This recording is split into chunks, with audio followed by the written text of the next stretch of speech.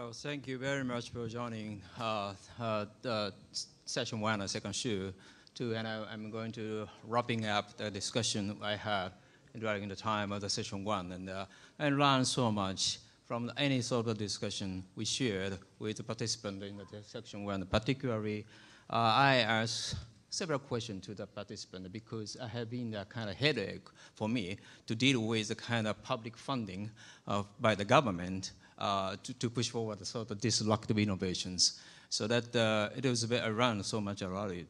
And also the one point that I just understand that how the participants look at the Japanese version of Moonshot, and they have a different type of the understanding and the connotations of the Moonshot program. And particularly, there was a common understanding that Japan is now at the crossroad, some sort of having a lot of problems.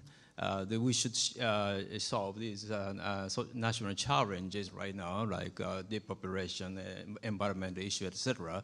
But also that I'm very certain that the people really have seen kind of Japan's advantage of a benefit of the power, the potentials, as one of the representatives of the science and technology-oriented country. So I'm very much happy to see that. And also that every time I talk to the foreign scholars regarding Japan's status at the current position, they always saying that the same thing, actually. So that they're looking at Japan, the Moonshot is going to be one of the starting point to change culture, to change the government attitude toward science, technology, and innovation policy. The other one thing that we have a kind of dilemma of public funding, and also the very much mission or risk-taking approach to the science technology. This is one of the issues I have been always thinking in discussing about the public funding at the CSDI. So that I learned that that it's one thing that quite interesting to me that some of the people argue that the Moonshot culture or Moonshot ethics. It is a new term for me, actually. So we may be able to consider, what kind of a culture it is associated with the Moonshot program. And also, what kind of, the mindset of the researchers who are going to participate in the Moonshot program to share some sort of common understanding of the culture, or also the ethics.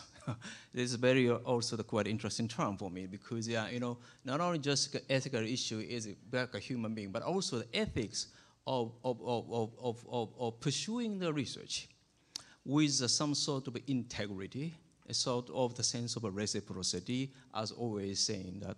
So that's a quite interesting thing to me.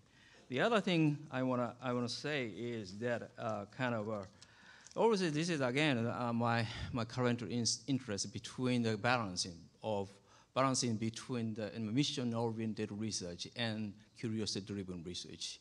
Because we have to take care of a kind of autonomy in academia, autonomy, self-decision, curiosity-driven researches should be protected. But also there is a lot of political pressures.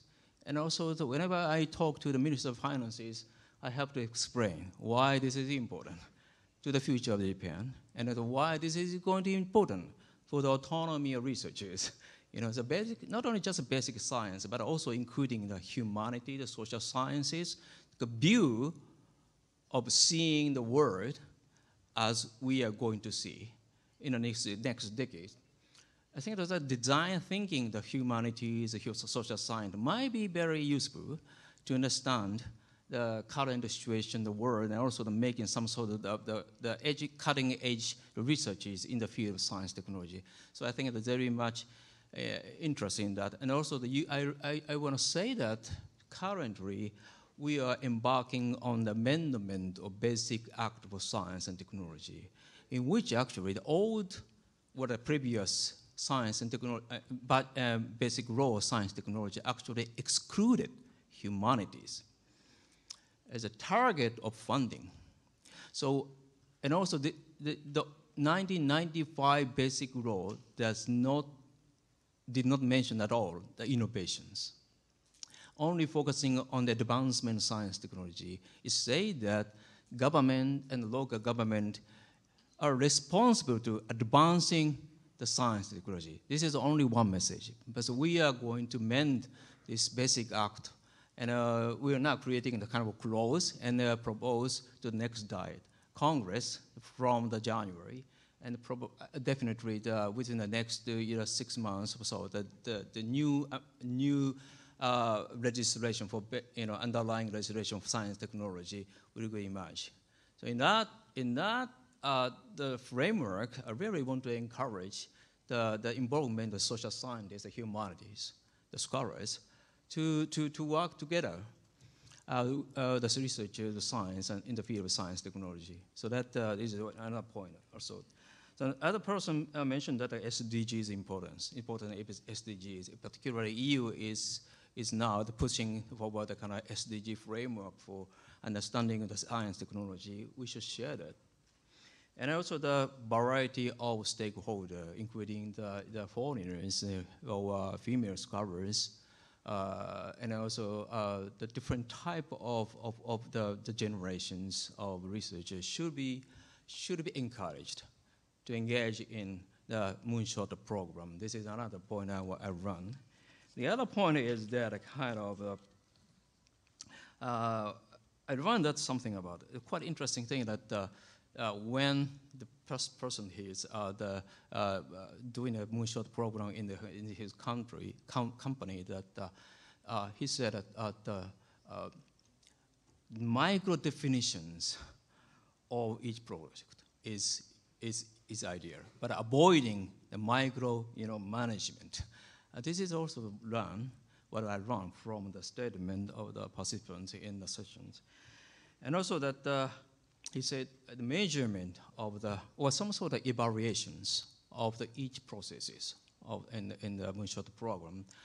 We are actually doing a lot of things, making a lot of effort to make clear-cut and the standard, monitor each stages, each processes of the Moonshot program. So we wanna do that.